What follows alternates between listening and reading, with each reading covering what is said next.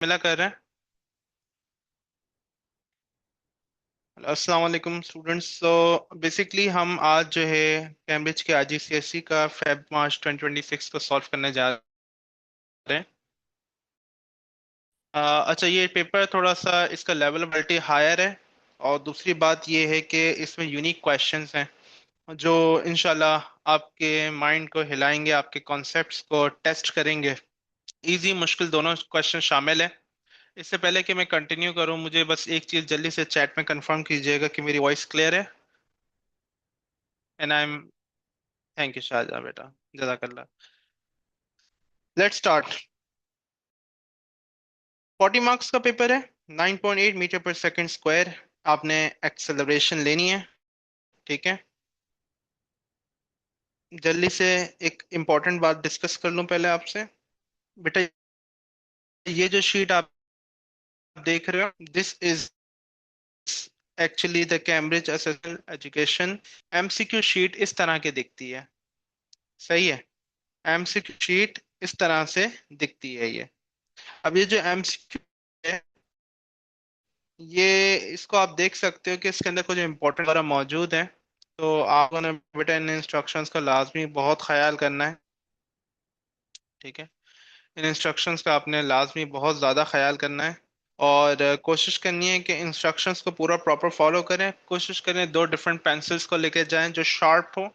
एक के जरिए से अगर अपने आपको दो चीज़ें मिलेंगी, बाय द वे, एक पेपर मिलेगा और ये वाली शीट मिलेगी आपको ना। तो ये दोनों चीज़ें आपको मिलेंगी। तो आपने कोशिश करनी है कि इसको लाजमी जो है, जैसे जैसे क्वेश्चन सॉल्व करते जाओ, फौरन फौरन फिल करते जाओ। ठीक है। जैसे क्वेश्चन नंबर 1 सॉल्व करा, फौरन फिल कर दिया। क्वेश्चन नंबर 2 सॉल्व करा, फौरन फिल कर दिया। क्वेश्चन नंबर 3 सॉल्व करा, फौरन फिल कर दिया। ठीक है। इस तरह फौरन फौरन कोशिश करो, सॉल्व करते चले जाओ, इसे फिल आउट करते चले जाओ। और लाइटर पेंसिल के साथ। ठीक है। जब पूरा पेपर हो जाए तो फिर डार्क पेंसिल से करो। ऐसा नहीं करना कि पेपर पूरा सॉल्व कर लिया फिर एंड में फिल आउट कर रहे हो। आपका जो मार्किंग कंसिडर होगी वो ये वाली शीट पे होगी, जो कि ये वाली एमसीक्यू शीट है।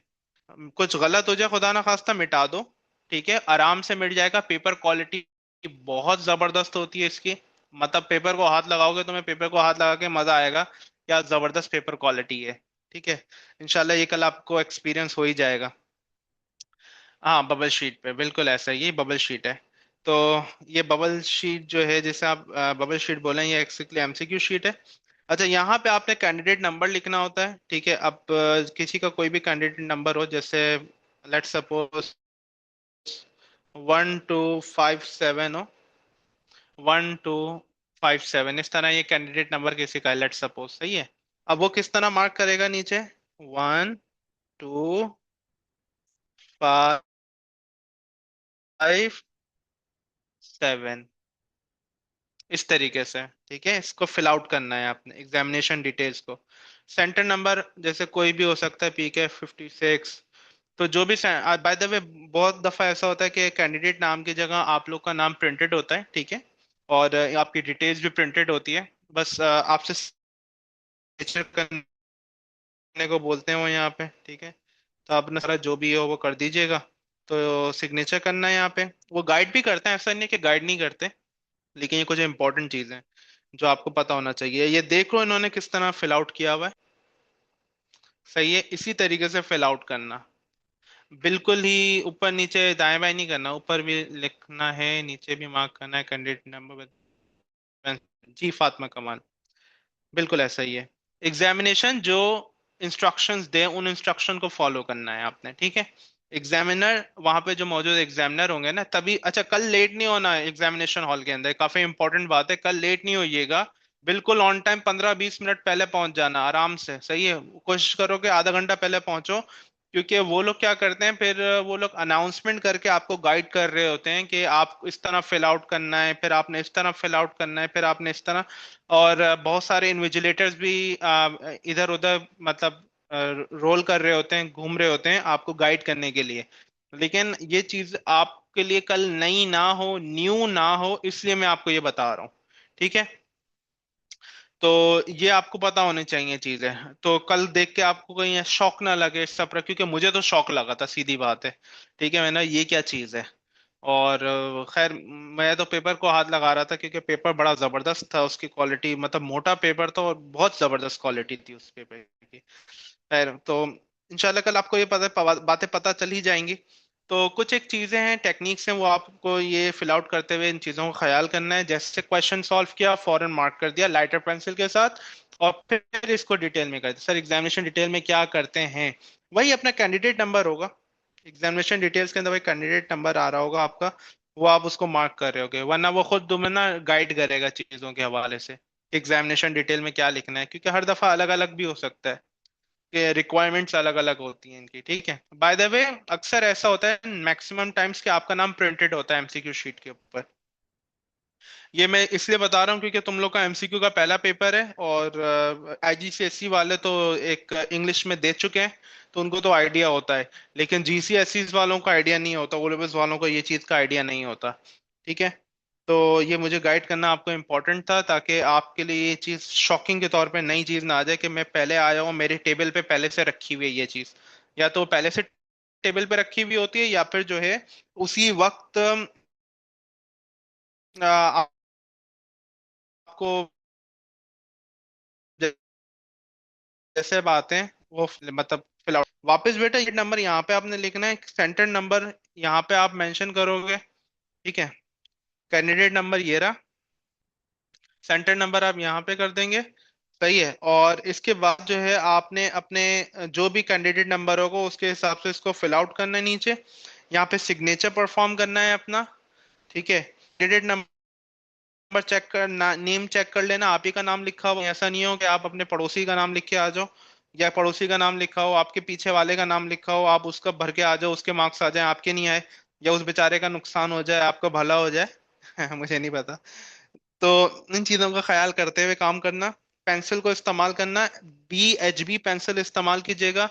जैसे जैसे क्वेश्चन सॉल्व करो फौरन फौरन मार्क करना। ठीक है, लाइटर पेंसिल के साथ गलत हो जाए इरेजर से इरेज कर देना, कुछ नहीं होगा, कोई खराबी नहीं होती। ये आपके नॉर्मल जो हमारे पेपर्स हम लोग नॉर्मल इस्तेमाल करते हैं, हम लोग जब उससे इरेज करते हैं ना, तो उसका निशान पेपर पर रह जाता है। ये पेपर ऐसा होता है कि इसते है ना, इसका निशान होता है, तो इस चीज को आप इरेज कर सकते हो। लाइटर पेंसिल के साथ करना, जब 40 एमसीक्यूज पूरे हो जाए उसको डार्क कर देना। ठीक है, और तवज्जो से, ऐसा नहीं है कि यूं कर दिया, ऐसा नहीं है कि यूं यूं कर दिया, ओ भाई ये सब चीजें नहीं करना प्लीज। ठीक है, तरीका से जो स्क्वायर है उसी स्क्वायर के अंदर शेड करना है तमीज से, क्योंकि ये कंप्यूटर इसको चेक करता है, इंसान चेक नहीं करता, मैं आपको पहले बता दूं, ये कंप्यूटर चेक करता है। कंप्यूटर के अंदर जो बेसिकली कंप्यूटर साइंस के स्टूडेंट है वो जानते हैं, OMR होता है एक सिस्टम, जिसे हम बोलते हैं optical mark reader. Optical mark reader के थ्रू इसको चेक किया जाता है। ये प्री आपको आंसर ऑलरेडी उसमें फीड इन होते हैं, जैसे ही एमसीक्यू शीट उसके अंदर जाती है ऑटोमेटिक चेक होकर आंसर आ जाते हैं आपके। अगर कोई प्रॉब्लम होता है, कोई रिजेक्ट करता है कंप्यूटर, तब जाके वो हैंड चेकिंग की तरफ जाता है, अदरवाइज कंप्यूटर चेकिंग ही होती है। ठीक है, तो इसलिए क्योंकि प्रॉब्लम्स ना हो आपके लिए, रिजल्ट्स में इश्यूज ना क्रिएट हो, पूरा साल मेहनत करते हो तुम लोग, उसके बाद एंड में खुदा ना खास्ता किसी के साथ कोई हादसा ना हो जाए, इसलिए ये सारी बातें बता रहा हूँ, ताकि आप जहनी तौर पर तैयार। अब मैं आपको वापस से फेब मार्च के पेपर के पास लेके चल रहा हूँ।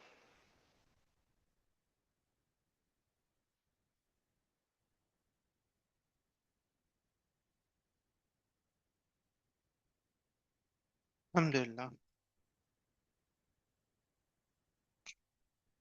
क्वेश्चन नंबर 1, बिस्मिल्लाह करते हैं, फेब मार्च का पेपर है। The diagram shows a stone of irregular shape. Which property of the stone can be found by lowering into the measuring cylinder by half filled with water? ठीक है, ये easiest questions में से है, और water displacement method की यहाँ पे बात हो रही है एक्चुअली, तो यहाँ पे आपका स्ट्रेट अवे जो आंसर हो जाएगा वो सी हो जाएगा, क्योंकि आप एक सिलेंडर लेते हैं, उसके अंदर कुछ वाटर होता है, उसकी रीडिंग नोट करते हैं। Sure Abika, I will send this paper and the mark and the answers as well, solve और अनसॉल्व दोनों भेज दूंगा। उसके बाद ये है कि आप उसके अंदर इरेगुलर ऑब्जेक्ट डालते हैं। इरेगुलर ऑब्जेक्ट डालने के बाद जो उसका नया वॉल्यूम आता है, उसके नए वॉल्यूम की रीडिंग आप नोट करते हो। और पुराने वॉल्यूम और नए वॉल्यूम दोनों को सब्ट्रैक्ट करके you get the volume of a regular shaped object. Question number two. अच्छा, ये काफी इंटरेस्टिंग क्वेश्चन है। Question number two, the helium balloon is taped to the top pen balance. The metal block of mass 100 grams is placed on the balance. The reading on the balance is 91 grams. Which statement can be deduced from this experiment? अब 91 ग्राम answer आ रहा है लेकिन है 100 grams का ये। The balloon exerts a downward force of 0.09 on the top pen balance. अगर downward force exert करता तो वेट तो इसका डाउनवर्ड एक्ट करता है, बलून भी अगर डाउनवर्ड एक्ट करता तो दोनों का वैल्यू एडअप हो जाती और हमारे पास रीडिंग 100 ग्राम से ज्यादा आती। लेकिन यहाँ 100 ग्राम से कम आई है, इसलिए हम लोग जो है इसको इनकरेक्ट मानेंगे। दूसरा हमारे पास ऑप्शन है, the helium has the mass of -9 grams, the helium has the mass of +9 ग्राम। दो ऑप्शन है, ठीक है। -9 ग्राम्स, +9 ग्राम्स, ये दो ऑप्शंस है। अब बात ये है कि हीलियम जो है वो मास उसका कितना है, ये तो हम इसलिए गैस नहीं कर सकते क्योंकि we haven't measured the mass of helium. आप बोलोगे सर ये भी तो हो सकता है ना कि 100 ग्राम से 91 ग्राम हम माइनस करेंगे तो आपके पास 9 ग्राम्स ही आंसर आएगा, ये तो मास ऑफ हीलियम होना चाहिए। नहीं, ये तरीकेकार नहीं है। मास ऑफ हीलियम मेजर करने के लिए यू इट्स नेसेसरी कि आप जो है उसको प्रॉपर तरीके से मेजरिंग बैलेंस के ऊपर मेजर करते हैं, उसे वेट करते हैं प्रॉपर तरीके से। लेकिन चूंकि आपने इस तरीके से नहीं किया हुआ तो हम ये नहीं कह सकते कि it's a mass of balloon. So helium, ये दोनों कट हो जाएंगे। वैसे भी मास पॉजिटिव नेगेटिव नहीं होता, मास तो स्केलर क्वांटिटी है, it doesn't have any kind of sign. Next आगे देखो, the resultant downward force on the top pan balance is 0.89 newton. अब 0.89 न्यूटन की अगर हम बात करें, 0.89 न्यूटन, ठीक है। अब ये हमारे पास आंसर आया। अब इसको निकालने के लिए हम क्या करते हैं, W equal to M G है, ठीक है। हम मास निकालते हैं, मास की वैल्यू ग्रेविटी होती है 9.8। मुझे कैसे पता चला ग्रेविटी 9.8 है, मैंने आपको इंस्ट्रक्शंस में दिखाया था। तो 0.89 डिवाइडेड बाय 9.8 आप करें,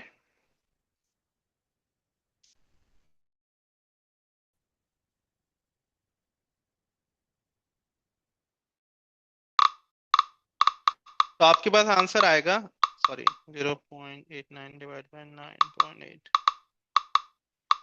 0.0908, यानी इसको राउंड ऑफ करें तो 0.091 किलोग्राम्स है। किलोग्राम्स को जब ग्राम्स में आप कन्वर्ट करते हो मल्टीप्लाई बाय 1000, दैट्स 91 ग्राम्स। तो आंसर इसका मतलब स्ट्रेट अवे हमारे पास डी आ जाएगा, ठीक है। इस तरह। Next question, question number three. An athlete runs 300 meters up the hill, okay, in 100 seconds. She then runs down the same hill in 50 seconds. What is her average speed for the whole run? Now, the average speed is basically equivalent to total distance over total time. ठीक है। अब average speed निकालनी है, total distance कितना हुआ, ऊपर 300 और नीचे 300 का डिस्टेंस। ऊपर जाते हुए टाइम हुआ 100 से टाइम हुआ 50 सेकेंड्स, दैट्स 600 डिवाइड बाय 150। सही है, 600 डिवाइड बाय 150। जब 600 को 150 से डिवाइड करेंगे तो क्या आंसर आएगा, ए आ जाएगा। बिल्कुल अभी का सही है। ए कैसा आएगा, ये रहा,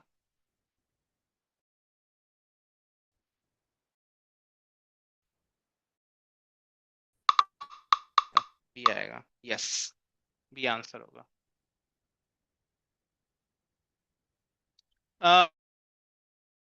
मनम ने एक सवाल पूछा कि सर आपने इसको ग्राम्स में कन्वर्ट क्यों किया। बेटा मरम, तो ये न्यूटन्स के अंदर है ना, ये तो वेट है, तो मुझे ग्राम्स में इसलिए मैंने कन्वर्ट किया ताकि मुझे पता चल सके, मैं कंपैरिजन कर सकूं, मैं अपने इस बात को डिड्यूस कर सकूं कि मेरा ऑप्शन ठीक है कि नहीं है, इस वजह से। हाँ, टोटल डिस्टेंस लिया ना, आने जाने का टोटल डिस्टेंस लोगे ना भाई, ठीक है। हम आने जाने का टोटल डिस्टेंस लेते हैं। अ,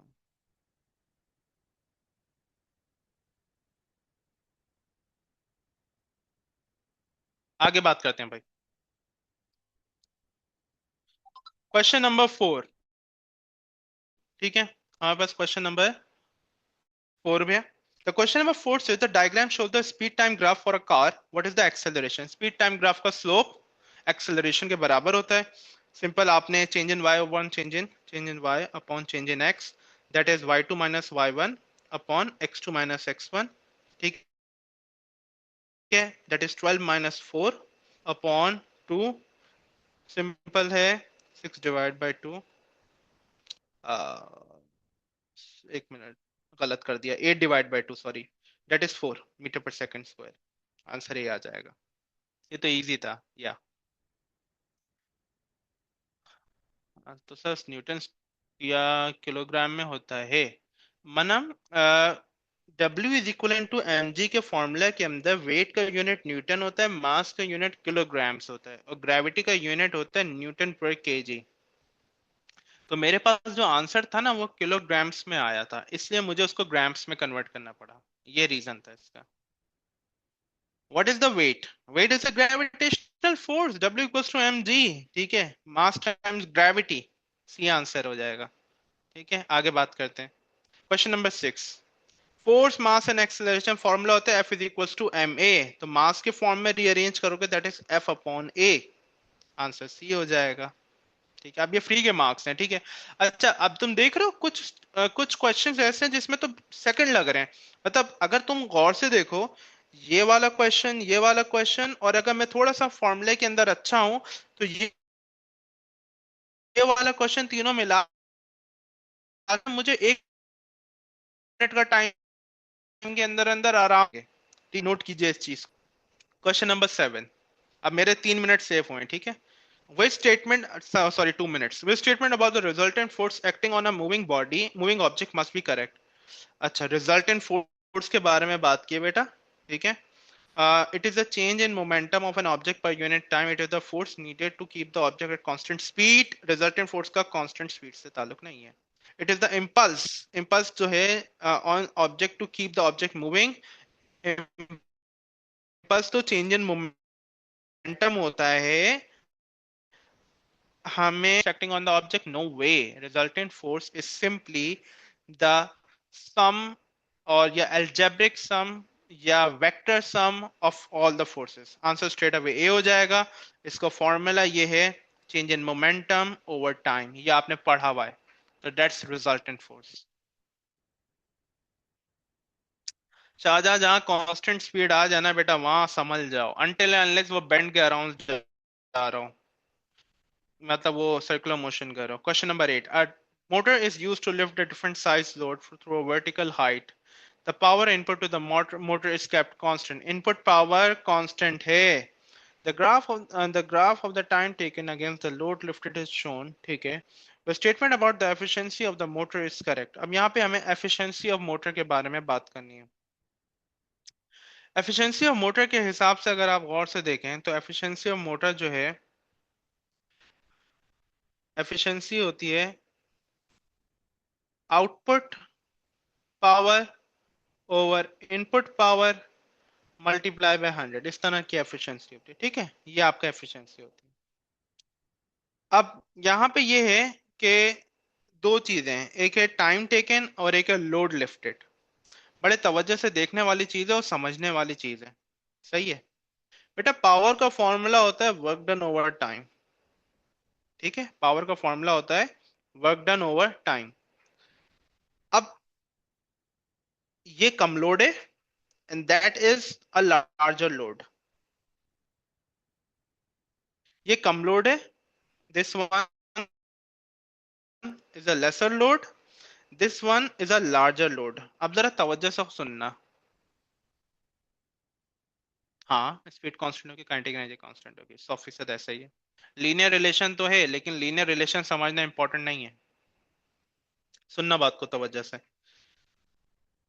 कम लोड के ऊपर इतना टाइम लगा, लेकिन जब ज्यादा लोड हुआ तो इतना टाइम लगा। अब जरा इंपॉर्टेंट बात यह है जो मैं तुम्हें समझाना चाह रहा हूँ कि लोड मैंने अराउंड 5.3 सेंटीमीटर बढ़ाया है, सही है। अब जरा तवज्जो से सुनना, ये 5.3 सेंटीमीटर मैंने अप्रोक्सीमेटली यहां से लेके यहां तक की लेंथ है। जो मैं चीज समझाना चाहता हूँ जरा उसको समझिएगा। क्योंकि ये थोड़ा सा टेक्निकल चीज है। और यहाँ पे जो मेरे पास इंडिकेशन आ रही है वो 1.8 सेंटीमीटर की आ रही है।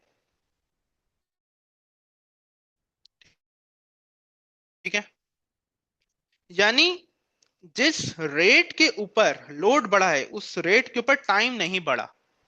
जिस रेट के ऊपर लोड बढ़ा है उस रेट के ऊपर टाइम नहीं बढ़ा।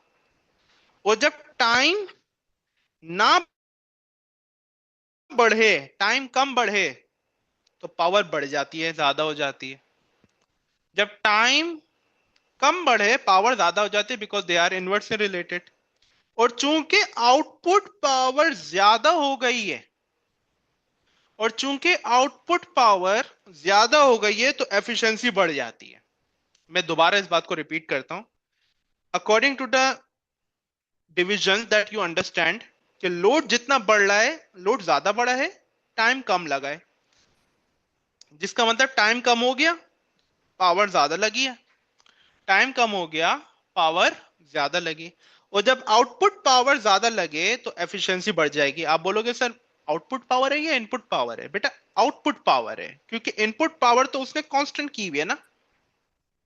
आउटपुट पावर है, तो आउटपुट पावर बढ़ जाएगी तो एफिशिएंसी बढ़ जाएगी।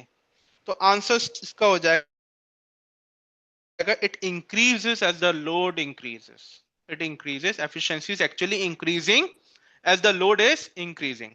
सही है, इसका ये आंसर हो जाएगा, बी आंसर है। समझ नहीं आया इब्राहिम के, दोबारा समझाते हैं। इब्राहिम ये देखो, लोड 5.3 सेंटीमीटर अराउंड बढ़ा डिवीजन के पॉइंट ऑफ व्यू से, जबकि टाइम इतना नहीं बढ़ा। ठीक है, लोड ज्यादा बढ़ा है, टाइम नहीं बढ़ा। इसका मतलब है टाइम को अगर हम समझे कि कम है, तो पावर उसकी क्या कंसीडर होगी? ज्यादा, क्योंकि they both are inversely related to each other. और जब आउटपुट पावर बढ़ेगी तो efficiency and output power are directly related, तो एफिशिएंसी बढ़ जाएगी। इसका मतलब है एफिशिएंसी बढ़ रही है। ठीक है, एफिशिएंसी बढ़ रही है। अच्छा फैजान, और be respectful towards each other. Okay, पढ़ाई पे ध्यान दो। ये एग्जामिनेशन हॉल से निकल पे हंसते रहना मसला नहीं है, पढ़ाई पे ध्यान दो बेटा। An object is at depth h below the surface of a liquid. The density is rho. The gravity is g. What is the total pressure of the liquid depth? Rho gh. Rho gh. Simple. नहीं जीजिए, ये load applied नहीं है, ये load lift हो रहा है। ठीक है, ये लिफ्टिंग लोड है, कि पहले थोड़ा लोड लिफ्ट किया फिर ज्यादा लोड लिफ्ट किया, उसके बारे में बात हो रही थी। Question number 10। A car tire runs over a nail that makes a hole in it. ठीक है, पंचर हुआ। The air in the tire leaks out. Why does the air leave the tire? The pressure inside the tire is greater than the pressure outside the tire. 100% बात ही यही है। ये तो एक ऐसी चीज है जिसके बारे में हम सब डेली लाइफ में एक्सपीरियंस करते हैं, कि वो एयर प्रेशर अंदर का ज्यादा होता है और बाहर का कम होता है। तो एयर प्रेशर जो होता है वो बाहर निकलता है, सिंपल सी बात है, एयर बाहर निकलेगी। Now this is question number 11। That's quite an interesting question. जिस बच्चे की रिवीजन पक्की होगी ना वो बच्चा ये सही कर लेगा। जिस बच्चे की रिवीजन पक्की नहीं होगी ना, थोड़ी बहुत कच्ची पक्की होगी, उसके अंदर ये प्रॉब्लम आएगा। The graph shows the relationship between the pressure and the volume for the fixed mass of the gas for the constant temperature. Pressure और वॉल्यूम आपस में इनवर्सली लिंक करते हैं। प्रेशर वॉल्यूम इनवर्सली लिंक करते हैं। बहुत सारे बच्चे क्या करते हैं, वो डी आंसर कर देंगे, but this is not V. ये वाला ग्राफ नहीं है, ये प्रेशर वॉल्यूम ग्राफ नहीं है। अगर ये प्रेशर वॉल्यूम ग्राफ होता तो इस तरह होता, this is pressure and 1/v graph, volume का उल्टा। ठीक है, वॉल्यूम का उल्टा। तो pressure is inversely proportional to volume, but pressure is directly proportional to 1/v। Inversely proportional वाला वॉल्यूम के साथ होता है। जब सिंपल वॉल्यूम लिखा हो ना एक्स एक्सिस पे, तब जाके ये इनवर्सली प्रोपोर्शनल होता है। इनवर्सली प्रोपोर्शनल पे उल्टा कर्व बनता है। ये जो आपके सामने ये इनवर्सली प्रोपोर्शनल के ऊपर है, लेकिन ये 1/v है, इसके साथ ये डायरेक्टली लिंक करता है। ठीक है, इसलिए आंसर सी हो जाएगा इसका। सी सी, नॉट बी, सी आंसर है इसका। अब आपको कंफ्यूजन होगी कि सर दोबारा समझा दें, ये वाली चीज थोड़ा सा हमें ना कंफ्यूज हुई, अब मैं तुम्हें समझाता हूँ। एक चीज करते हैं हम, x is equal to 1/v। 1/v की जगह हम एज्यूम करते हैं क्या है, x से। तो pressure is directly proportional to x, तो x की जगह 1/v कर दिया, मैं 1/v की जगह x कर दिया। अब मैं जब इसका ग्राफ बनाऊंगा बेटा, तो y एक्सिस पे प्रेशर, x एक्सिस पे जब मैं x को लिखूंगा तो इसकी लाइन स्ट्रेट लाइन होगी, क्योंकि ये डायरेक्टली प्रोपोर्शनल है, याद रहे। डायरेक्टली प्रोपोर्शनल का ग्राफ स्ट्रेट लाइन होती है और इनवर्सली प्रोपोर्शनल का ग्राफ डिक्रीजिंग कर्व होता है, इस तरीके से। अब अगर मैं इस x की जगह वापस वही 1/v लिख दूं, x किसके बराबर है, 1/v के बराबर है ना। x की जगह अगर मैं 1/v लिख दूं तो आपको समझ में आ जाएगा कि यार प्रेशर और 1/v का ग्राफ भी स्ट्रेट लाइन है। प्रेशर और 1/v के ग्राफ भी स्ट्रेट लाइन है, because x is actually equals to 1/v। ये सीन है। बी रॉन्ग क्यों है, क्योंकि बी ना नेगेटिव, बी पता है किस चीज को शो कर रहा है, बी इस चीज को शो कर रहा है, बी इस चीज को शो कर रहा है। ये कभी पढ़ा है आपने, नेगेटिव वी को शो कर रहा है बी। सही है। डी किसे शो कर रहा है, डी इसे शो कर रहा है। सी किसे शो कर रहा है, सी इसे शो कर रहा है। ए किसे शो कर रहा है, ए इसे शो कर रहा है। नहीं बेटा, क्या हो गया, कहां से 1/v नेगेटिव हो गया, नहीं ना। मैथ्स को रिवाइज करो अरसलान, ऐसा नहीं होता। अल्हम्दुलिल्लाह मैथ्स मेरी बहुत अच्छी है, मुझे आइडिया है इस चीज का। एक स्टार आया था, तो मुझे आइडिया, टेंशन नहीं लो। हाँ, वो पावर माइनस ही होते हैं। चले आगे बढ़ते हैं, ठीक है। तो बहरहाल आसान अल्फाज में ये याद रखो, 1/v का ग्राफ जो है वो होता है, कोई मसला नहीं। नहीं, फ्लेक्सिंग नहीं कर रहा मैं, एक बात बता रहा हूँ कि फ्लेक्सिंग करनी होती है तो ऐसे ही करते रहते हैं। बात बताने का मकसद ये है कि जो बंदा आपको बात बता रहा है ना, वो ऑथेंटिक बात बता रहा है, और क्योंकि उसकी खुद की क्वालिफिकेशन अच्छी है, इस वजह से। तो इसलिए मैं बात बताना चाह रहा हूँ। The graph shows how the internal energy of 1 kilogram of metal changes with temperature. 1 kilogram of metal किस तरह चेंज हो रहा है, ये बता रहे हैं। ठीक है। What is the increase of internal energy of the block of the same metal of mass 0.125 kilograms, ठीक है, when its temperature rises from 40 degree Celsius to 80 degree. जिनकी मैथ्स अच्छी होती है उनकी फिजिक्स ऑटोमेटिक अच्छी हो जाती है। ठीक है, ये चीज है। अब एक छोटी सी बात मैं आपको बताऊं। अब इसके अंदर मास आपके पास 0.125 किलोग्राम्स है, ये जो ग्राफ है ये 1 किलोग्राम का ग्राफ है।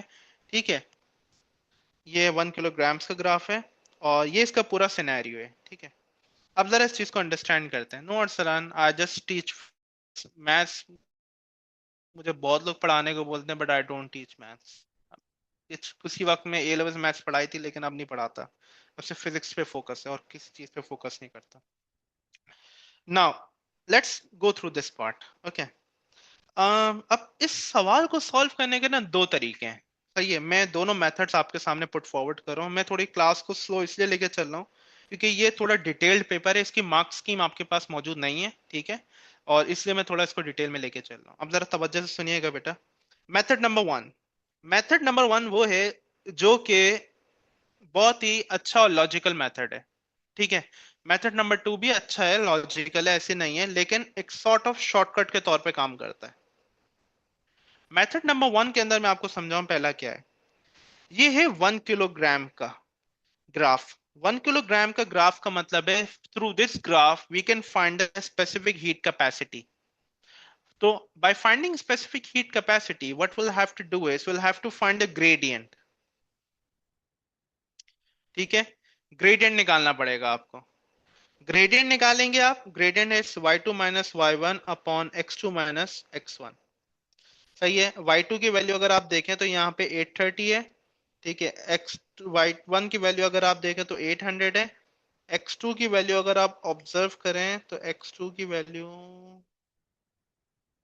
x2 100 आ गया और x1 की वैल्यू 0 आ गई, तो ये हो जाएगा 30/100 आई गेस, या but that's in kilo joules, और तो हमें इसको जूल्स में कन्वर्ट करना पड़ेगा, मल्टीप्लाई बाय 1000 कर लें आप। ठीक है, दैट्स 30,000 डिवाइड बाय 100, तो दैट्स 300, ओके, 300 joules पर डिग्री सेल्सियस पर किलोग्राम। अब इसके बाद नेक्स्ट स्टेप इसमें ये था कि आप इसका फॉर्मूला लगाते, Q is equal to M C delta T. Mass आपके पास 0.125 है, specific heat capacity 300, change in temperature 80 minus 40। ठीक है, इसको सॉल्व करते हैं। पहले मैं मेथड नंबर 1 समझा रहा हूँ आपको, जो थोड़ा सा लंबा है, लॉजिकल है, जिस तरह आपको करना चाहिए, आपको इसका आइडिया होना चाहिए। दैट्स 1500 जूल्स, इसका आंसर 1500 जूल्स आ गया।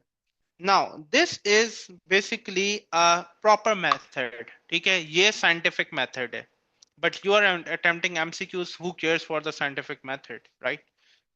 अगर आप उसको लॉजिकली भी सॉल्व कर सको तो क्या ही बात है। अब जरा लॉजिकली सॉल्व करते हैं, ठीक है। 40 डिग्री सेल्सियस के ऊपर, 40 डिग्री सेल्सियस के ऊपर यहाँ पे थर्मल एनर्जी जो हमें दिख रही है, that is 812 kilo joules. 80 degree Celsius के ऊपर यहाँ पे जो मुझे थर्मल एनर्जी दिख रही है, दैट इज 824। ठीक है, so for 1 kilogram of my mass, when the temperature is going from 40 degrees Celsius to 80 degrees Celsius, the thermal energy is basically 824 minus 812 kilo joules. इसमें हमारे पास इसका डिफरेंस आया 12 किलो जूल्स का। लेकिन मेरे पास कितना मास गिवन है, 0.125 किलोग्राम्स।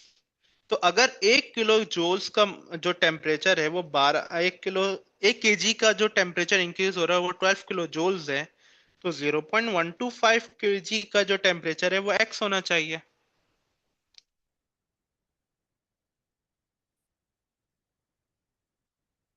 बिल्कुल इंपॉर्टेंट है अभी का। That is 0.125 multiply by 12। ठीक है, और मल्टीप्लाई बाय 1000 कर दें आप, आंसर आपके पास आ जाएगा 1500 जूल्स। अभी का नोट्स रिवाइज करो। फॉर्मूला लगाने की जरूरत क्या है? अरसलान, इसमें टाइम इसलिए लगा क्योंकि मैंने दो मेथड्स में लगाया। अगर आप ये वाला देखो तो शॉर्टकट में हो जाएगा आराम से। पहला वाला मेथड नहीं समझ में आया जुनैरा के? जुनैरा, ग्रेडियंट निकाला है मैंने। ठीक है, now you might ask me, sir आपने ग्रेडियंट क्यों निकाला? इसका रीजन मैं तुम्हें बताऊं। बेटा, ग्रेडियंट होता है change in Y over change in X. Y के ऊपर मेरे पास एनर्जी है और एक्स के ऊपर मेरे पास टेम्परेचर है। ठीक है, और चूंकि ये ग्राफ पर केजी का है तो यहाँ पे मैं मास भी लगाऊंगा। ठीक है, तो energy over mass and temperature, अगर तुम स्पेसिफिक हीट कैपेसिटी को याद करो तो specific heat capacity is energy over M delta T. तो एक्चुअली अगर मैं ग्रेडियंट निकालूंगा तो ग्रेडियंट निकाल के मैं ये चीज फाइंड आउट कर रहा हूँ, दैट्स द थिंग, इसलिए मैंने ग्रेडियंट निकाला था। ठीक है, अगर दूसरा मेथड समझ में आ गया तो पहले मेथड की जरूरत नहीं।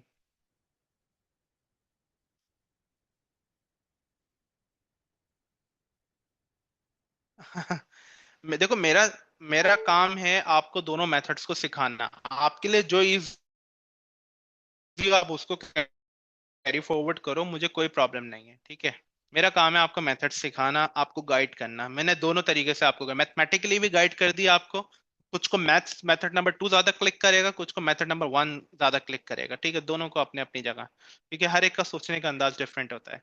अच्छा सर, बी क्यू नहीं, 832। अच्छा, मनम बेटा कोशिश करो कि नॉर्मल वाली चैट पे भेजो, क्योंकि मैं उस वाले को देख नहीं पा रहा, सेपरेट वाले को ना। ठीक है भाई, चेंज इन मोमेंटम किस तरह निकालते हैं? चेंज इन मोमेंटम निकालने का फॉर्मूला होता है delta P is equals to final momentum minus initial momentum है, M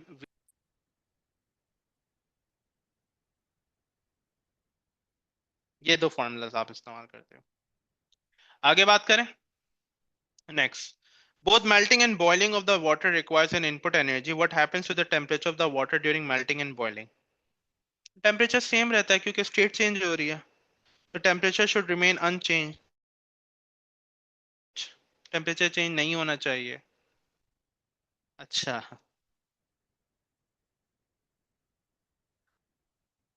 The beaker contains a liquid.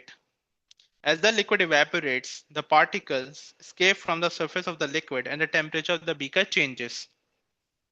The statement is correct. The beaker cools down because the less energetic particles escape? No way. Beaker cools down because the more energetic particles escape? Yep, that's true. Shahjahan heat up क्यों होगा? Beaker मतलब evaporation से beaker heat up क्यों होगा?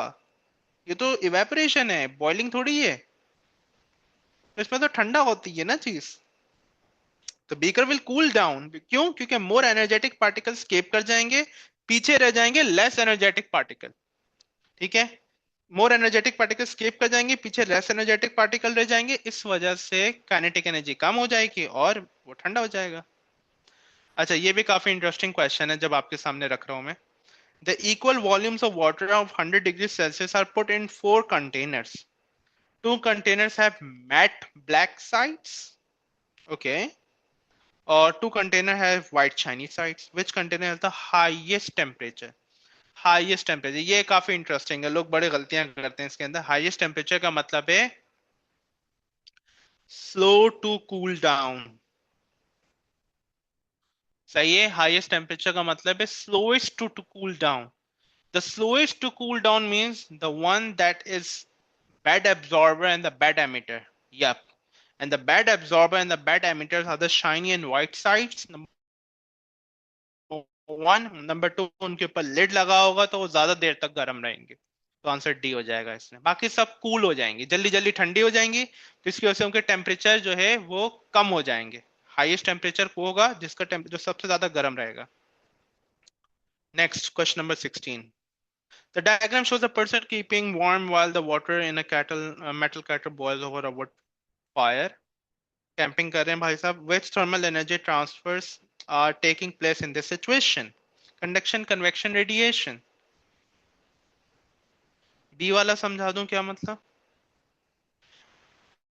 ये वाला, ये ये क्या करेगा? हाँ, मे जून से सिमिलर होता है, कुछ हद तक सिमिलर होता है। ये वाला बी वाला क्या करेगा? बी वाला थर्मल एनर्जी अंदर से गेन करेगा, बाहर एमिट करेगा। ये है। तो जल्दी जल्दी वो करेगा, एब्जॉर्ब करेगा अंदर से और बाहर जल्दी जल्दी एमिट करेगा, इस तरह से। तो ये जल्दी कूल हो जाएगा बाय द वे। हाँ, तो the diagram shows a person keeping the warm while the water in a metal kettle boils over a wood fire. Which thermal energy transfer are taking place in this situation? Conduction, convection, radiation. तो इसमें तीनों ही कर रहे हैं। ठीक है, conduction, convection, radiation तीनों है। कन्वेक्शन कैसे? क्योंकि अगर आप गौर से देखें तो वार्म एयर को फायर जो है वो हीट अप करेगी, जिसकी वजह से वो ऊपर की तरफ भी जा रही है, तो कन्वेक्शन क्रिएट हो रहा है। कंडक्शन कैसे? मेटल जो है वो हीट को एब्जॉर्ब करने के बाद आगे जो ट्रांसफर कर रहा है वो कंडक्शन के थ्रू कर रहा है। रेडिएशन तो आपको अंडरस्टैंड करते ही हो, रेडिएशन क्यों होगी। तो रेडिएशन तो आपको क्लियर है बात, तो वो तो चारों तरफ ही होती है, तो उसका प्रॉब्लम नहीं है। तो कंडक्शन, कन्वेक्शन, रेडिएशन तीनों ही है। Thermal transfer of energy, convection water heat हो रहा है, कन्वेक्शन करंट क्रिएट होगा, बिल्कुल होगा। 100% ऐसा ही है, बॉयल हो रहा है ना। बिल्कुल आपने सही पकड़ा जीजा, that's a very good point. Radiation क्यों भाई, रेडिएशन क्यों नहीं होगी? इंफ्रारेड रेडिएशन तो एमिट होंगी ना। अगर तुम इसको पूरा एक ग्लास के अंदर बंद भी कर दो ना, तब भी उसमें से थर्मल एनर्जी फील होगी। क्यों? क्योंकि इंफ्रारेड रेडिएशन के तौर पे। वैक्यूम में होता तो आग जलती, ऑक्सीजन चाहिए आग जलाने के लिए। कैसी बातें कर रहे हैं यार इब्राहिम। बोलो शाहजहां, क्या बोलने बेटा? 17।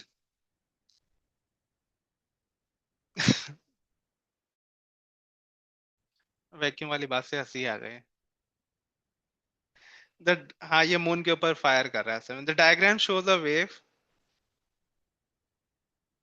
वाटर में रेडिएशन, वाटर की जरूर, उसने कहीं कहाँ बोला है कि वाटर के बारे में बताएं? उसने कहीं बोला है कि वाटर के बारे में बताएं? उसने बोला taking place in this situation बोला है बस। पर्सन को वार्म रख रही है और वाटर को वार्म कर रही है, उसने कहीं कोई रिस्ट्रिक्शंस नहीं लगाई। तो मैं क्यों अपने दिमाग में रिस्ट्रिक्शंस लगाऊं? अच्छा, 17।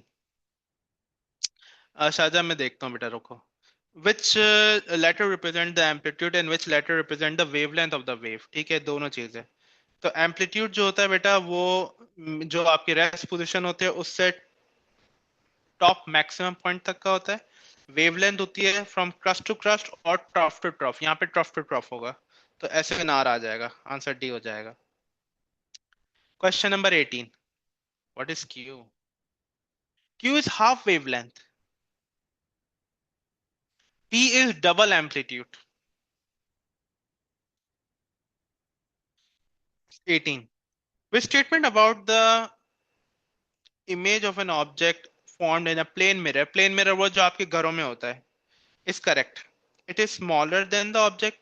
आपको पता है कि सेम साइज होता है, जो आपका साइज होता है वही मिरर के अंदर आप अपने आप को देखते हो। ठीक है, तो साइज तो सेम होता है, साइज का चेंज डिफरेंस नहीं होता। बिल्कुल भी आंसर है।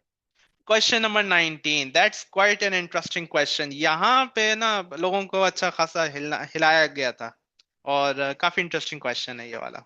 The ray of light travels from air into the glass. हाँ, स्पीड ऑफ रे जो है एयर के अंदर वी ए है, ग्लास के अंदर वी जी है। वेवलेंथ लैम्डा ए है, ये लैम्डा जी है। फ्रीक्वेंसी एफ ए है, एफ जी है।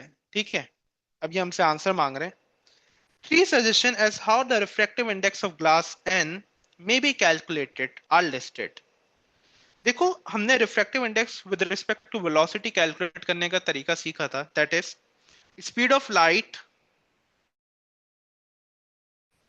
इन वैक्यूम या air.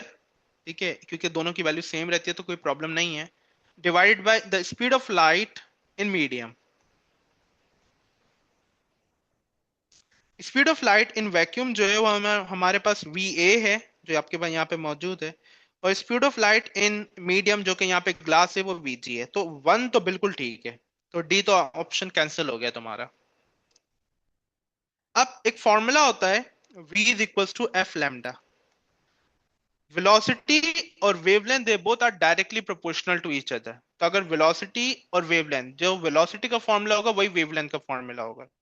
That is second formula हम बोल सकते हैं लैम्डा ए ओवर लैम्डा जी। ठीक है, लैम्डा ए ओवर लैम्डा जी, ये भी बिल्कुल ठीक है। बेहतर है कि लाइट इन वैक्यूम और एयर का वर्ड इस्तेमाल करो, लेस डेंस मोर डेंस मीडियम का वर्ड इस्तेमाल ना करो। ठीक है, उससे रिफ्रैक्टिव इंडेक्स नहीं लिंक करता। अब मेरा आपको असल क्वेश्चन है, बड़े तवज्जो से बात को सुनिएगा, और यहाँ पे मैं चेक कर लूंगा कि यहाँ पे कितना जो है ना लोग पानी के अंदर हैं। वेलोसिटी और wavelength they both are directly proportional to each other. तो जो फॉर्मूला मैंने यहाँ पे speed of light in vacuum था डिवाइड और एयर, और divide by speed of light in medium. Speed of light in vacuum है V A, speed of light in medium glass का है वी जी। ठीक है, इन दोनों को डिवाइड कर एक फॉर्मूला आ गया मेरे पास रिफ्रैक्टिव इंडेक्स का। ये फॉर्मूला है अरसलान, ये फॉर्मूला है, ये आपने याद करना है रिफ्रैक्टिव इंडेक्स का ये फॉर्मूला। और चूंकि वेलोसिटी और wavelength they both are directly proportional to each other, तो वेलोसिटी को मैं वेवलेंथ से रिप्लेस कर सकता हूं। यही मैंने किया। Speed wavelength of the ray in lambda A divide by wavelength of the glass lambda G. Lambda A और लैम्डा जी, ये भी ठीक है, ये भी ठीक है। ठीक है, अब प्रॉब्लम ये है कि तीसरा क्यों गलत है, ये क्वेश्चन है। चलें बताएं मुझे जरा चैट में, गलत क्यों है तीसरा? जबकि आप, मैं एक काउंटर आर्ग्यूमेंट आपको पहले से दे दूं कि ये भी तो, जब यहाँ पे हमारे पास लैम्डा जो है लैम्डा और वेलोसिटी जो है आपस में डायरेक्टली लिंक, वेलोसिटी और फ्रीक्वेंसी भी तो फॉर्मूले के हिसाब से डायरेक्टली लिंक कर रही है, वेलोसिटी और फ्रीक्वेंसी के हिसाब से भी तो डायरेक्टली लिंक हो रहा है, तो फॉर्मूला में F A upon F G भी हो जाना चाहिए। लेकिन ऐसा नहीं है, ये गलत है, क्यों? बताएं, सब बताएं, क्या इसका रीजन क्या होगा? काफी इंटरेस्टिंग है। शाहजहां ने बोला ये सेम रहता है, और कोई बंदा? अरसलान ने बोला it is F frequency unchange, और कोई बंदा शाहजहां के अलावा? फ्रीक्वेंसी और वेवलेंथ आपस में इनवर्सली प्रोपोर्शनल होती हैं, ऐसा ही है सीधा। Velocity inversely proportional, so it will be a reciprocal. No, frequency unchange. इसका आर्ग्यूमेंट है फ्रीक्वेंसी अनचेंज्ड है, बस, इसका और कोई रीजन नहीं है। अब मुझे थोड़ा कोई बंदा एक्सप्लेन करे चैट के अंदर कि फ्रीक्वेंसी अनचेंज वाला पॉइंट आपने कैसे पिकअप किया, फ्रीक्वेंसी अनचेंज वाला पॉइंट कैसे पिकअप किया आपने? डिस्पर्जन नहीं हो रही, डिस्पर्जन कहाँ हो रही है भाई? ब्रेन वेवलेंथ इंक्रीज हो रही है, नहीं। ना ना ना ना ना, नहीं, गलत। क्योंकि यहाँ पे रिफ्रैक्शन हो रही है, बिल्कुल माना हमने, it doesn't change because from one medium to another medium. जब बेटा एक मीडियम से दूसरे मीडियम के अंदर जाती है तो वेवलेंथ और स्पीड चेंज होती है, फ्रीक्वेंसी चेंज नहीं होती है। याद है ये वाली चीज? एक मीडियम से दूसरे मीडियम के अंदर जाती है, वेवलेंथ और स्पीड चेंज होती है, वेवलेंथ कम हो जाएगी, स्पीड भी कम हो जाती है, वेवलेंथ बढ़ जाएगी, स्पीड भी बढ़ जाएगी, लेकिन फ्रीक्वेंसी अनचेंज रहती है। तो इस वजह से फ्रीक्वेंसी का रिफ्रैक्टिव इंडेक्स का कोई फॉर्मूला नहीं बनेगा, आंसर बी हो जाएगा इसका। ठीक है, ये इंपॉर्टेंट था, ये जरा जरा इंपॉर्टेंट चीज है। वाटर हो या कुछ भी हो, ये v is equal to F lambda ना, ये जनरलाइज फॉर्मूला, ये तमाम हर किस्म की वेव के लिए है भाई, ये सिर्फ वाटर के लिए नहीं है, ये हर चीज के लिए है। ठीक है, आगे। A light ray travels from air to glass, the angle of incidence is basically 2 degrees है, और the angle of refraction is 21.1 degrees. What is the refractive index? Simple है, n of sine of 32 upon n of sine of 21.1। ठीक है, आप इस तरह से डालेंगे, आंसर 1.47 आ जाएगा, बिल्कुल सी आंसर हो जाएगा इसका, 100% ऐसा ही है। Question number 21, a real image of an object is formed by the converging lens, एक real image बन रही है, which statement is correct? The ray from the tip of the object meet at a point and the image can be viewed on a screen। ठीक है, एक तो ये बात बोली। तो लेट्स सपोज ये हमारे पास जो है ना, रियल इमेज बनानी है हमें, ठीक है? अब रियल इमेज बेटा तवज्जो से सुनना, अगर ये ऑब्जेक्ट है तो इसकी जो रेज है ना वो इस तरह से बनती है, ठीक है? एक रे आती है इस तरह, दूसरी रे आती है इस तरह, ठीक है? और इमेज कहाँ बनेगी? इमेज आपकी वहां पे बनेगी जहां पे ये दोनों आपस में मीट करेंगे। ठीक है, मैंने अभी रफली डायग्राम बनाई है, इसको बहुत एक्यूरेट नहीं समझिएगा। इमेज कहाँ बनती है? जहां पे ये दोनों रेस मीट कर रही हैं। हम जरा तवज्जो से सुनिएगा। The ray from the tip of the object meet at a point and the image can be viewed on the screen. As it's a real image, it can be viewed on the screen. Number one, that's an important thing. Number two, जब दोनों race meet करेंगी तब जाके image बनेगी। ठीक है, तो image बनने के लिए नेसेसरी है रेस का मीट करना, तो स्ट्रेट अवे आंसर ए हो जाएगा, बाकी कुछ भी पढ़ने की जरूरत नहीं है। ठीक है, रियल इमेज का मतलब है स्क्रीन पे व्यू हो सकती है, वर्चुअल इमेज का मतलब है स्क्रीन पे व्यू नहीं हो सकती। Question number 22, a factual based question. Intruder alarm, mobile phones, security scanners are practical uses of electromagnetic radiations which list places the devices in the correct order of increasing wavelength of EM spectrum. Security scanners X rays में इस्तेमाल होते हैं, mobile phones intruder alarms infrared के अंदर इस्तेमाल होते हैं, mobile phones की बात करें तो ये माइक्रोवेव्स के अंदर इस्तेमाल होते हैं, ठीक है। तो मोबाइल फोन्स जो होंगे, मोबाइल फोन्स माइक्रोवेव्स में कम्युनिकेट हो रहे होते हैं। तो वो बोल रहा है इंक्रीजिंग वेवलेंथ, ठीक है, हमारी जो वेवलेंथ होनी चाहिए वो क्या होनी चाहिए, वो इंक्रीज होनी चाहिए। नाउ अगर आप, rugby match is very unlike xylophone game, सही है। एक्सरेस यहाँ पे है, दैट इज सिक्योरिटी कैमरा, सही है।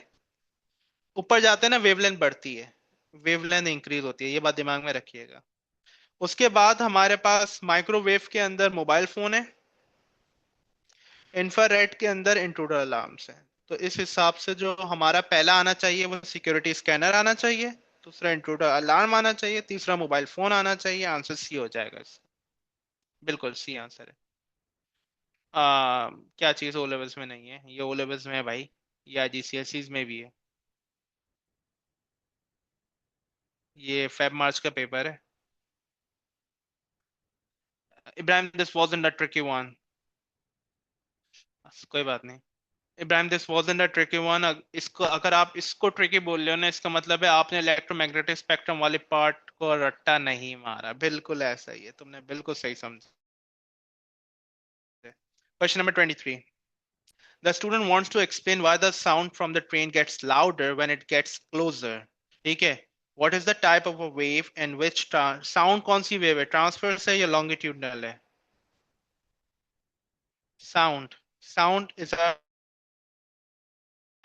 longitudinal wave. Sound is a longitudinal wave. So why are you basically, causing it to be louder? हम कैसे बोल सकते हैं कि ये लाउडर है? लाउडर का ताल्लुक होता है एम्पलीट्यूड के साथ, राइट। लाउडनेस का ताल्लुक होता है एम्पलीट्यूड के साथ। आंसर बी हो जाएगा इसमें। बिल्कुल ऐसे ही। Question number 24।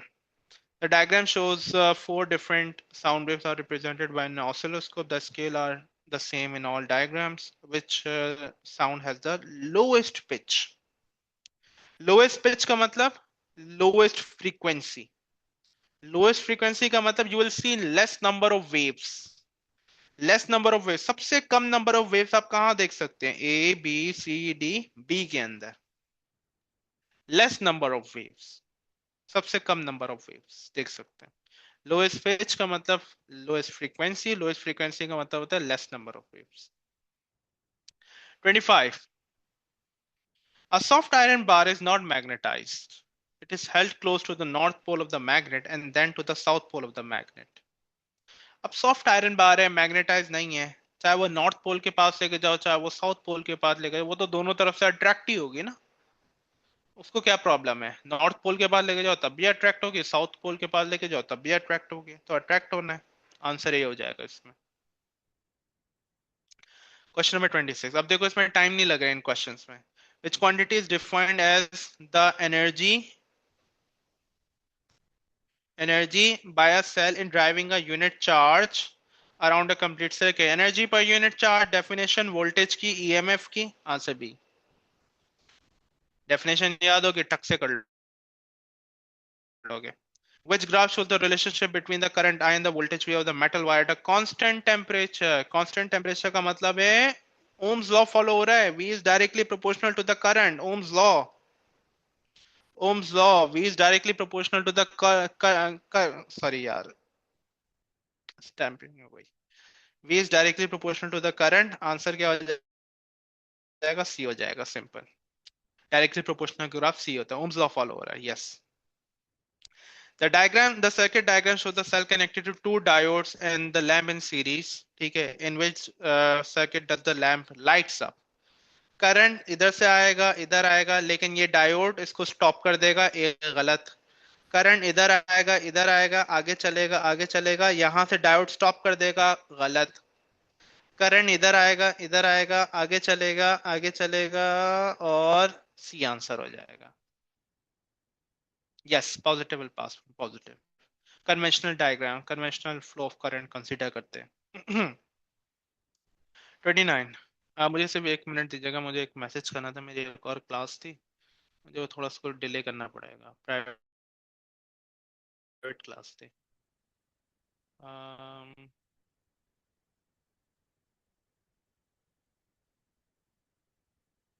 अच्छा, सॉरी, एक मिनट रुकिएगा प्लीज।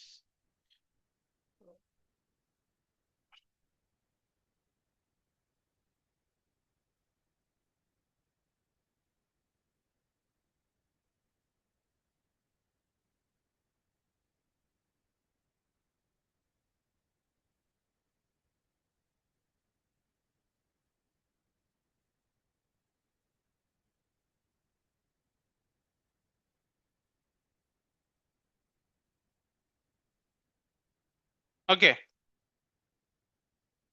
कौन से वाले को? इसको 29 को? इसमें क्या समझने वाला है, तो इजी है बहुत। The diagram shows a battery connected to two resistor X and Y. 25 का आंसर था A. The diagram shows a battery connected to two resistors X and Y. The two voltmeters are connected into the circuit. ठीक है, series circuit है भाई, ये देख लें आप इसको, सीरीज सर्किट आपके सामने। The reading on the voltmeter one is greater than the reading on the voltmeter two. अब यहाँ पे करंट का बताना है और size of the resistor. Current के बारे में तो आपको बताता चलूं, सीरीज सर्किट है, सीरीज के अंदर करंट सेम रहता है, ये फैक्ट है, करंट सेम रहता है सीरीज सर्किट के अंदर, तो इसका मतलब करंट सेम वाले ऑप्शन आपने चूज करने, पहली बात। दूसरी बात लिखा हुआ है साइज ऑफ द रेजिस्टर के बारे में आपने बताना है। साइज ऑफ द रेजिस्टर के पॉइंट ऑफ व्यू से बेटा V is equal to I R का फॉर्मूला अगर आप देखें तो resistance and voltage are directly proportional. जिसका वोल्टेज ज्यादा उसकी रेजिस्टेंस ज्यादा, जिसका वोल्टेज कम उसकी रेजिस्टेंस कम। उसने बोला है कि वोल्टेज वन का, वोल्ट मीटर वन की वैल्यू ज्यादा है, इसका उसका वोल्टेज ज्यादा आ रहा है, इसकी रेजिस्टेंस ज्यादा होगी, सिंपल। तो resistance of X is greater than the resistance of Y, answer B हो जाएगा। बस, दैट्स इट। इसमें और कोई लॉजिक है ही नहीं, मतलब हमें सोचने की जरूरत नहीं है ज्यादा। 30, the diagram shows a conductor WZ. Part of the conductor lies between the magnetic pole north and south. When the conductor is moved, the electron flows along the conductor Z to W, Z to W। Electron flow है ये, electron flow, ठीक है। लेकिन यहाँ पे in which direction the conductor moved, यहाँ पे conductor की मूवमेंट क्या है? आप, आपके पास मैग्नेटिक फील्ड है, आपके पास करंट है, आपके पास फोर्स की डायरेक्शन मांग रही है उसकी मूवमेंट की। तो फ्लेमिंग्स का राइट हैंड रूल इस्तेमाल करोगे आप। पहली बात, मुझे कैसे पता चला है फ्लेमिंग्स का राइट हैंड रूल है? लेफ्ट हैंड नहीं, right hand. How do I know that Fleming's right hand rule? अब मैं समझाता हूँ इस बात को, ये टेक्निकल पॉइंट है, ठीक है।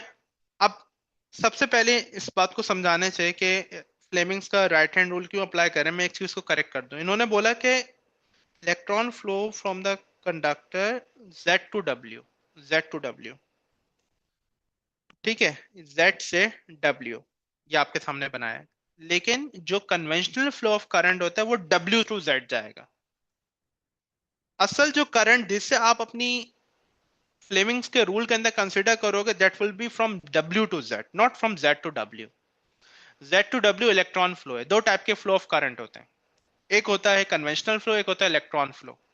कन्वेंशनल फ्लो, इलेक्ट्रॉन फ्लो उन्होंने बुलाया Z टू W, तो कन्वेंशनल फ्लो होगा W टू Z। जो मैंने यहाँ पे बनाया ये कन्वेंशनल फ्लो है, आप इसे कंसिडर करोगे। अब दूसरी बात कि आप जो है मतलब इसमें फ्लेमिंग का राइट हैंड रूल क्यों अप्लाई करोगे, लेफ्ट हैंड रूल क्यों नहीं अप्लाई करोगे? बिकॉज यहाँ पे इलेक्ट्रिसिटी को जनरेट किया जा रहा है। Fleming's right hand rule is a generator rule. अगर आप क्वेश्चन को सही से गौर से पढ़ें तो क्वेश्चन आपको समझ में आएगा। The question says when the conductor is moved the electron flows through the conductor from Z to W। इसका मतलब है इलेक्ट्रिसिटी बनी है, that's why we are using Fleming's का left hand rule। now let's apply sorry right hand rule, let's apply the right hand rule here। तीन चीजें हैं इसमें, एक है थंब जो कि डायरेक्शन ऑफ द फोर्स को रिप्रेजेंट कर रहा है, एक इंडेक्स फिंगर है जो कि डायरेक्शन ऑफ द करंट को रिप्रेजेंट, सॉरी मैग्नेटिक फील्ड को रिप्रेजेंट कर रहा है, दूसरा सेकंड फिंगर है जो कि डायरेक्शन ऑफ द करंट को रिप्रेजेंट कर रहा है ना। मैग्नेटिक फील्ड जो है इस केस के अंदर नॉट टू साउथ है। अगर I can show you, if I am able to show this to you, I don't know if I will be able to और नो। ठीक है, अब देखो इधर, magnetic field north to south है यानी नीचे की तरफ है। मैं इसको बड़ा कर दूं थोड़ा सा, शायद और बेहतर समझ में आए। हाँ, ठीक है। Magnetic field north to south, नीचे की तरफ। ठीक है, मैग्नेटिक फील्ड नीचे की तरफ, north to south, index finger है, मैंने अरेंज किया। करंट की डायरेक्शन इस तरफ, करंट की डायरेक्शन जो है magnetic field north to south, current की डायरेक्शन इस तरफ आ गई। ठीक है, मैग्नेटिक फील्ड नीचे की तरफ, इंडेक्स, और दूसरी सेकंड फिंगर, करंट की डायरेक्शन इस तरफ आ गई। ठीक है, अब जो थंब आ रहा है वो देखो वो कैसे आ रहा है। सही है, कैमरा शेयर कर तो रहा हूं मैं, कैमरा शेयर नहीं हो रहा आप लोग के पास? आप देखें, कैमरा शेयर कर रहा हूं मैं आप लोग के साथ, हो तो रहा है। इब्राहिम जरा चेक करो। मैग्नेटिक फील्ड नीचे की तरफ, नॉर्थ टू साउथ, करंट इस तरफ, जो थंब है वो आपकी तरफ आ रहा है, आउट ऑफ द पेज। ये पेज है, ये पेज है, out of the page, page के बाहर, पेज के बाहर। Magnetic field north to south, current इस तरफ, ये आउट ऑफ द पेज आ रहा है। ठीक है, इस तरीके से आउट ऑफ द पेज।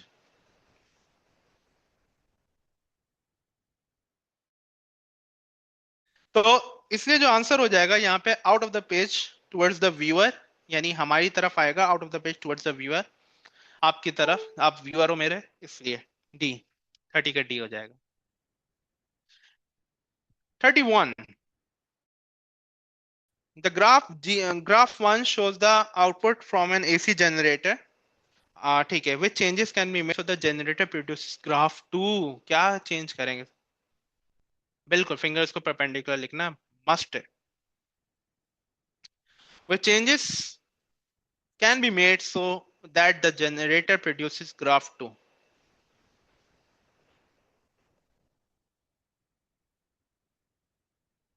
ये तो जादू कर दिया तुमने, अंशरा का आंसर डी है तुम्हारा। लेफ्ट हैंड से राइट हैंड इस्तेमाल किया मैंने, ये मेरा राइट हैंड है।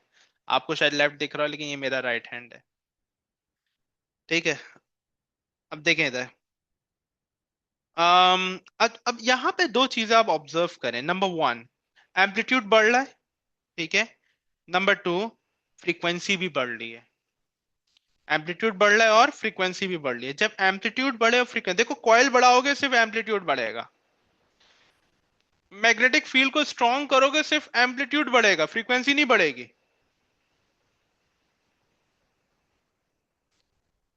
ठीक है, मैग्नेटिक फील्ड को वीक कर दोगे तो एम्पलीट्यूड कम हो जाएगा, लेकिन अगर रोटेशन बढ़ाओगे तो एम्पलीट्यूड भी बढ़ेगा और फ्रीक्वेंसी भी बढ़ेगी। आंसर डी हो जाता है इसका।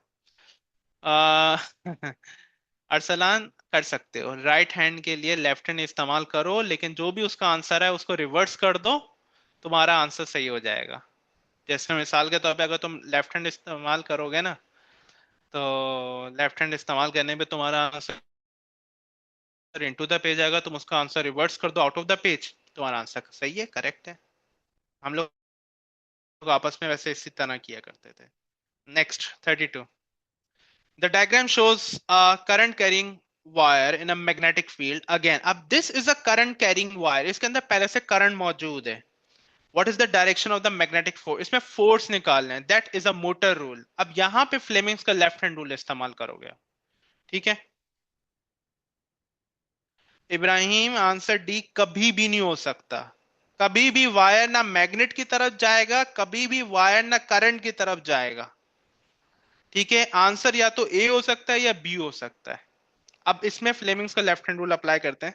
ठीक है, मैं वापस से कोशिश करता हूँ कि मैक्सिमाइज करूं और आप लोग को दिखा सकूं इसमें।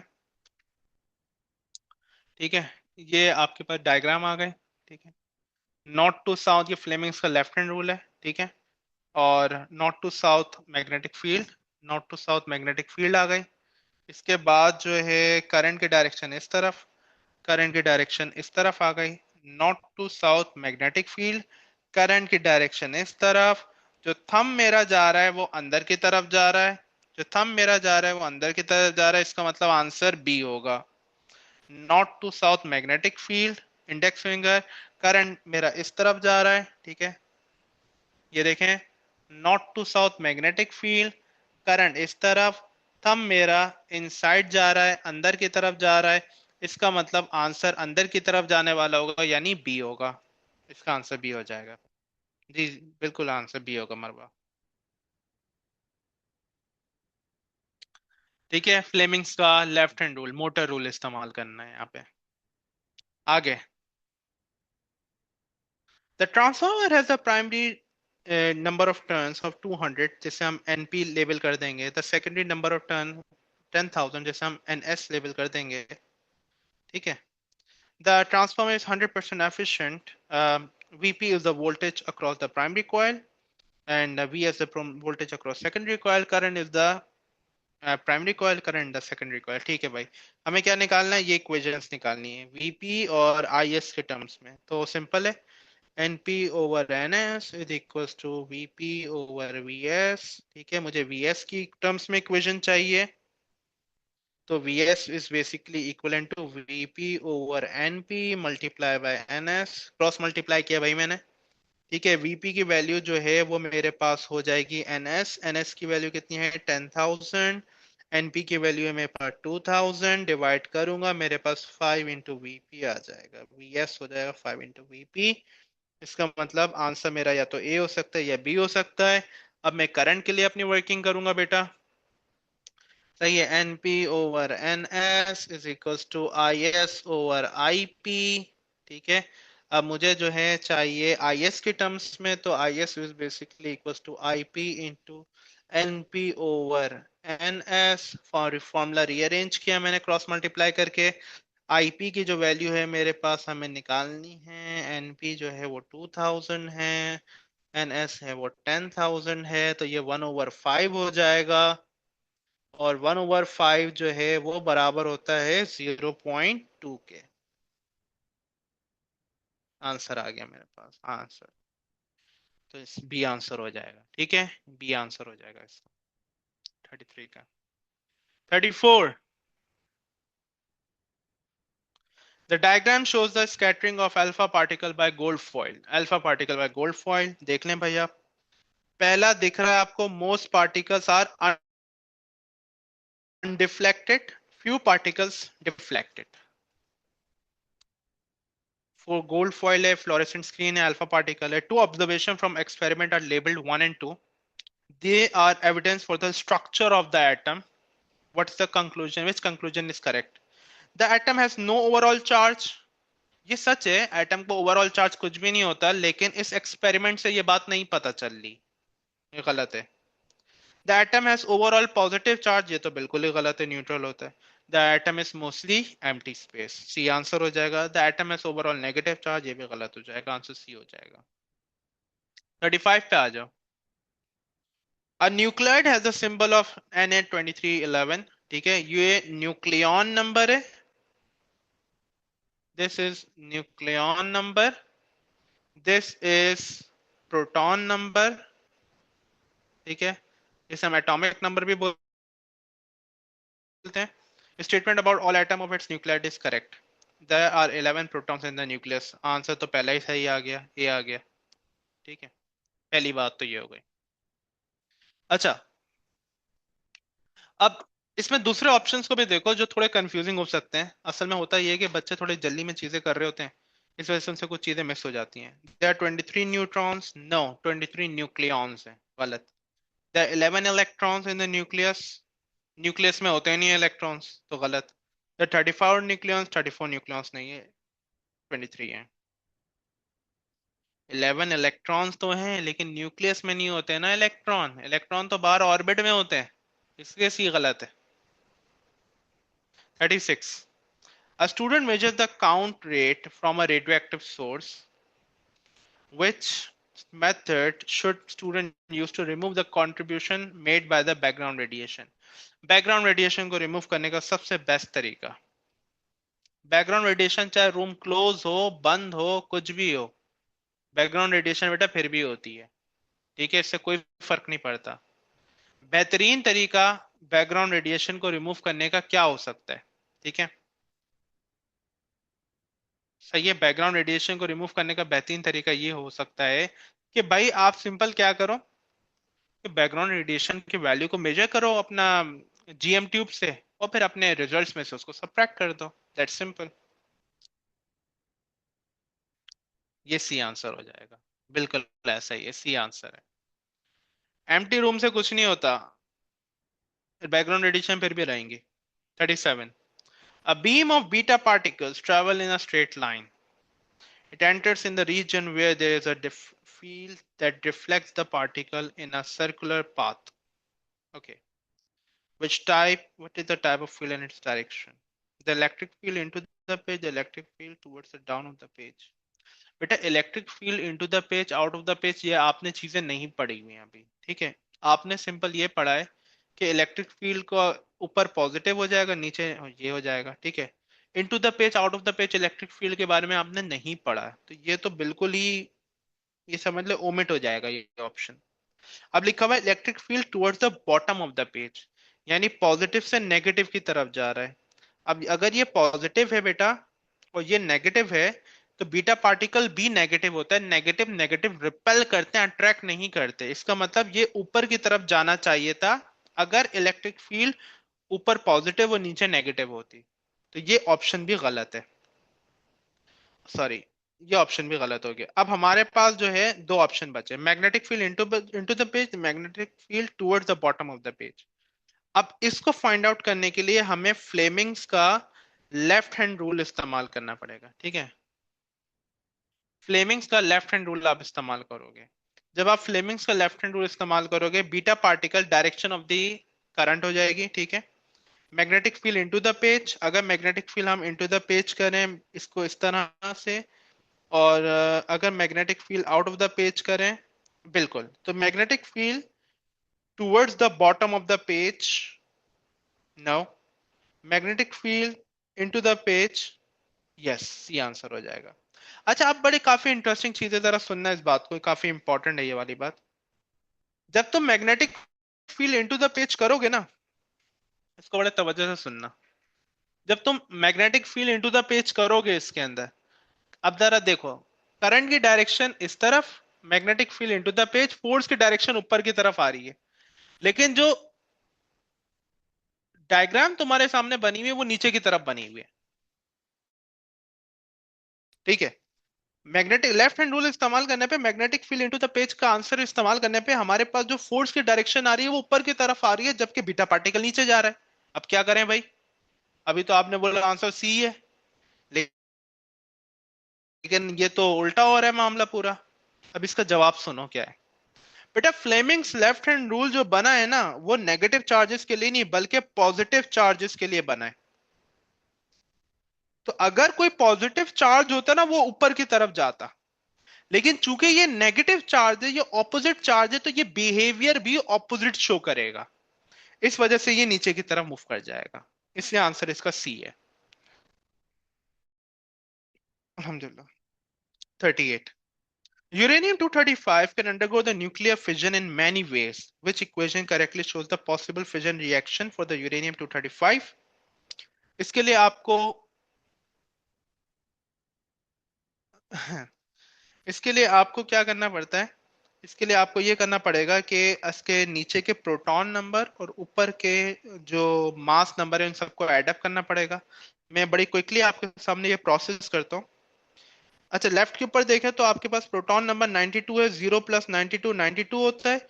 राइट के ऊपर अगर आप देखें तो 56 है, 36 है, और 3 इंटू 0 है, दैट इज ऑल्सो 92। इसका मतलब है पहले ऑप्शन का जो है नीचे वाला नंबर इक्वल है, बिल्कुल। ऊपर वाला आप देखो, ऊपर 1 है और 235 है, तो ये टोटल 236 हो गया। नीचे और राइट वाला देखो 141, 141 प्लस 92 प्लस 3 इंटू 1 करेंगे, 41 प्लस 92 प्लस 3, दैट इज 236। तो यहाँ पे भी 236 आ रहा है, यहाँ पे भी 236 आ रहा है। आंसर स्ट्रेट अवे ए हो जाएगा। मुझे दोनों को चेक करने की, बाकी चीजें चेक करने की नीड नहीं है। 39 एंड 40, फाइनली दो क्वेश्चंस रह गए। सही है। Okay, so a satellite is orbiting above the earth's equator. ये अर्थ है, ठीक है, ये अर्थ है, और अर्थ के इक्वेटर से ऊपर वो जा रहा है, ठीक है, अर्थ के इक्वेटर से ऊपर। हम्म। नाउ अर्थ की अर्थ के इक्वेटर, ठीक है, it completes one orbit of the earth every 24 hours. सही है। The satellite is 3600 kilometre above the earth surface. इसका मतलब यहां से लेकर यहां तक 3600 किलोमीटर है, ठीक है। And the radius of the earth is, radius of the earth ये रहा, 6400 kilometre. What is the orbital speed of the satellite? Orbit हो रहा है, orbital speed of the satellite, formula लगाएंगे 2 πr/t, ऑर्बिटल स्पीड निकालने का फॉर्मूला 2 पाई, radius बेटा आप लिखेंगे 3600 प्लस 6400। किलोमीटर्स को मीटर्स में चेंज इसलिए नहीं कर रहा क्योंकि फाइनल आंसर किलोमीटर्स में, तो I don't have to change that. Okay, एक आंसर मीटर्स में, लेकिन पहले मैं बाकी किलोमीटर्स वाले आंसर देख लूं, उसके बाद मीटर्स वाले को देख लूंगा, इश्यू नहीं है। टाइम जो है वो 24 आवर्स है, और बाकी सबका टाइम सेकंड्स में, तो मुझे 24 आवर्स को सेकंड में कन्वर्ट करना पड़ेगा। हर 24 आवर्स, हर आवर के अंदर 60 मिनट्स होते हैं, हर मिनट के अंदर 60 सेकंड्स होते हैं।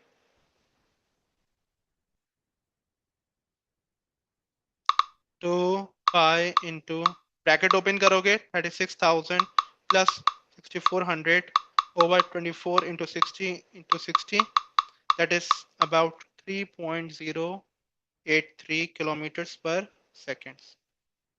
दैट इज 3.1 किलोमीटर पर सेकेंड एक्चुअली। अच्छा, बच्चे इसमें गलती क्या करते हैं बेटा, वो ये वाली हाइट तो ले लेते हैं, जबकि आपको ऑर्बिटल स्पीड निकालने के लिए मिडल से हाइट लेनी होती है, पूरा सेंटर ऑफ द अर्थ से हाइट लेनी है, ठीक है। ऐसा नहीं कि सिर्फ यहाँ ये वाली ली और आंसर निकाल लिया, from centre to the centre, like that. Our final question. Okay, one nuclear reaction that occurs in the sun is responsible for most of the energy released in the sun. sun के अंदर, sun एक star है, stars के अंदर nuclear fusion होती है। What is this nuclear reaction? Fission? No way. Fission? No. Fusion? Yes. Fusion? Yes. Fusion of what? Fusion of hydrogen into helium. That's a fact-based question. Answer D हो जाएगा इसमें, ठीक है। यहाँ पे आपका पेपर खत्म हो गया, ठीक है। और ये मैं अनसॉल्व पेपर भी आपको शेयर कर दूंगा, सॉल्व्ड पेपर भी आपके साथ शेयर कर दूंगा, ठीक है। और इसके अलावा अगर कोई क्वेश्चन अगर आप लोग को हो तो आप पूछ लो। सही है। मेरे एंड से क्लास जो है वो कवर हो गई है। मैं मीटिंग स्टॉप, रिकॉर्डिंग स्टॉप कर दूं।